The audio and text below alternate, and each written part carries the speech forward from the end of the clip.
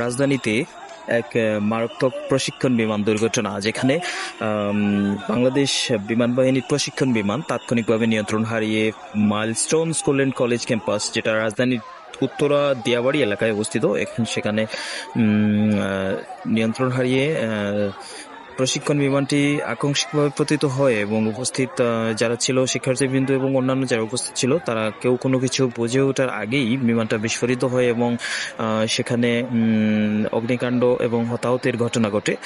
তো এই ঘটনা সত্যি হৃদয় বিদারক একটা দৃশ্যের অবতারণা হয়। মাইলস্টোন কলেজের বাংলা মিডিয়ামের একেবারে পাশেই, যেহেতু সেখানে অনেক শিক্ষার্থীরা ছিল এবং তাদের অধিকাংশই অগ্নিকাণ্ডের জন্য চারিদিকে ছোটাছুটি করছে এবং তাদের কেউ কেউ কারো কারো আগুনে শরীর ঝলসে যায় এবং আহত হন।